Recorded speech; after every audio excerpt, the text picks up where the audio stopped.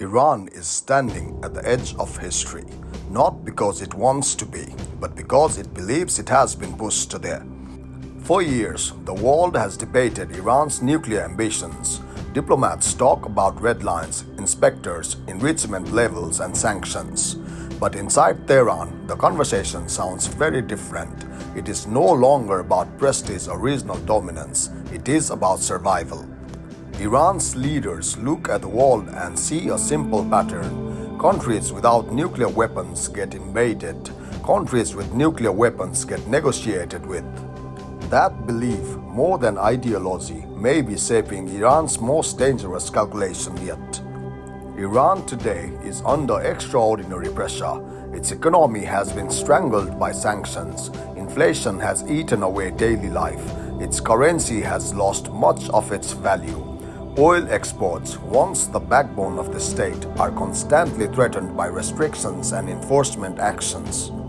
Diplomacy, once the off-ramp, is stalled. Nuclear talks have frozen. Trust between Iran and the West has collapsed.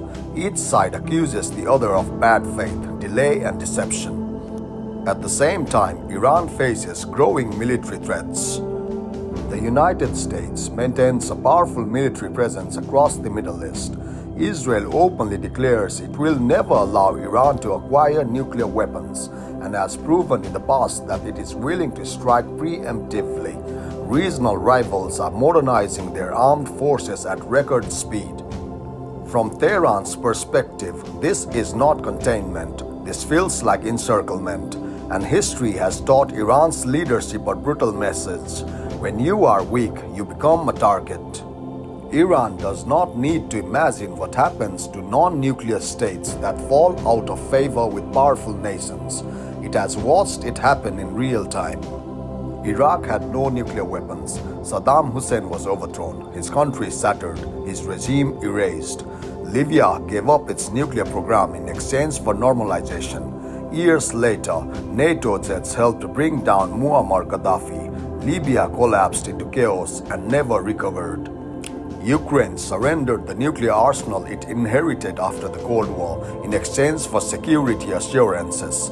Those assurances failed. Its territory was invaded and its survival put to the test. In contrast, Iran sees a different pattern elsewhere. North Korea developed nuclear weapons, and despite sanctions, threats, and isolation, it has not been invaded. It is negotiated with. Its regime remains intact. To Iran's leadership, the message is unmistakable. Nuclear weapons are not about war. They are about deterrence. They are about making regime change too costly to attempt. This is where the world grows uneasy. Iran insists it does not seek the nuclear weapons, only peaceful nuclear energy, but over time its nuclear program has expanded far beyond civilian needs. Enrichment levels have risen dramatically. Stockpiles of enriched uranium has grown. Advanced centrifuges are operating.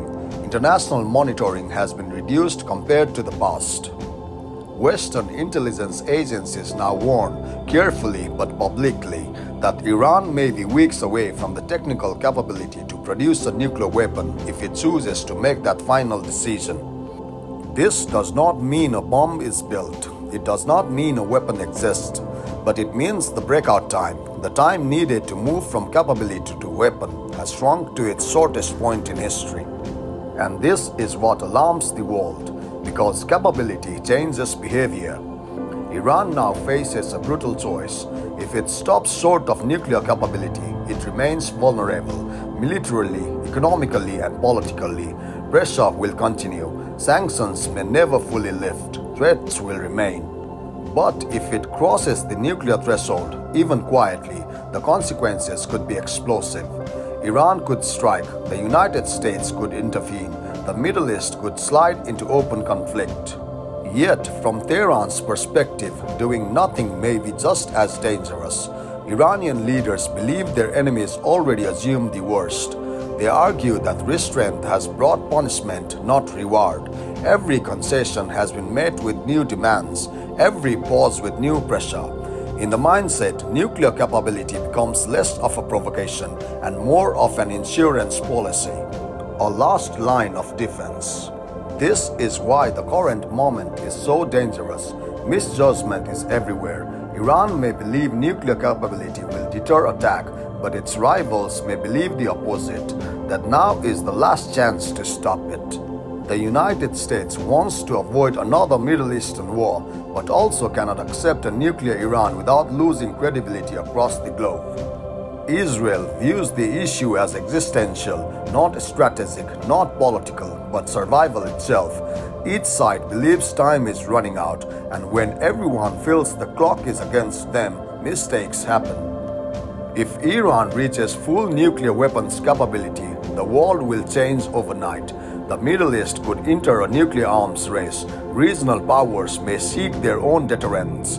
Decades of non-proliferation efforts could unravel. Diplomacy would not disappear, but it would be reshaped by fear. Every crisis would carry nuclear implications. Every military move would risk escalation. Every miscalculation could become catastrophic. Yet, paradoxically, Iran may believe that once it reaches that point, it will finally be safe, that no one will dare attack it directly, that negotiations will replace threats, that survival will be guaranteed. History offers no certainty that this belief is correct. This is why Iran's nuclear decision is not just about uranium or centrifuges, it is about trust and the complete absence of it. Iran does not trust the West to protect it. The West does not trust Iran to stop.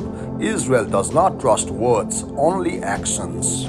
Everyone is preparing for the worst while hoping for the best, and that is the most dangerous position of all. Because if Iran believes nuclear capability is its last resolve for survival, then warnings, sanctions, and threats may no longer matter. When survival is at stake, lines get crossed, and once crossed, they cannot be erased. The world is not just watching Iran's nuclear program, it is watching a nation decide whether fear or restraint will define its future, whether survival demands the ultimate weapon, or whether stepping back is still possible. Because once that final decision is made, history will not pause to reconsider. And here is the most unsettling part. Iran may already believe that the decision has effectively been made, not on paper, not in public, but in mindset. That the moment diplomacy failed, the moment guarantees proved meaningless, the path narrowed to only one remaining shield. Because from Tehran's view, the world does not punish intentions, it punishes weakness. If Iran stays just short of the bomb, it remains a target. If it crosses the threshold, it becomes a problem no one wants to touch. This is the core logic of deterrence, ruthless, cynical, and proven by history. And so the world waits, watching centrifuges spin and rhetoric harden, hoping restraint wins a race that fear is accelerating. Because if Iran's last resolve for survival truly lies in nuclear weapons, then this crisis is no longer about stopping a program, it is about stopping a belief. And beliefs, once formed under pressure, are the hardest weapon of all to disarm.